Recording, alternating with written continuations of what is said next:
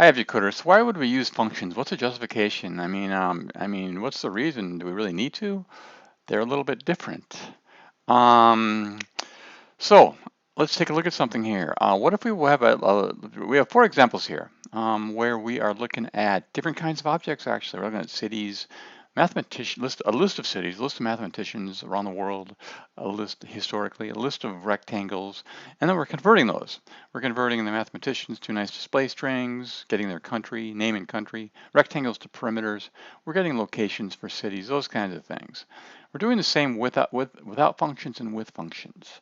On the left side is without functions. And every time we come up with a new idea, in this case, cities to country strings, city country strings, we need to redo the logic. We need to redo all the logic, redo the iteration. Instead of, we need to then get the city country string right there, right here. So all that logic is for that one idea. Um, Alternatively, with a function, we just put the idea into the function. So the city easily converts to a city country string. We pass that to the first order function map elements, and then it is done. If we zoom out a little bit here, these are our four examples. On the left, this is the code we would need for without functions. On the right, with functions. Say no more, right? This is a bug haven. Bugs see all that code there and they are jumping for joy, right? We want to minimize code, keep it simple. So that's the purpose of functions.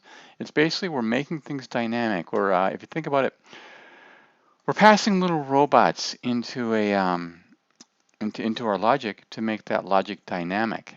You know, it's the same logic. So the logic that we're passing into that target logic is the same. It doesn't change. What does change then is just the function that's being used. In this case here, a function to get city country string. In this case here, function to get a location from a city. In this case here, to get a perimeter from a rectangle. So the same logic in map elements doesn't have to change. We're passing our little robot, our little function in. It's nice and concise, and we can do a lot better reducing bugs in that kind of code versus this kind of code.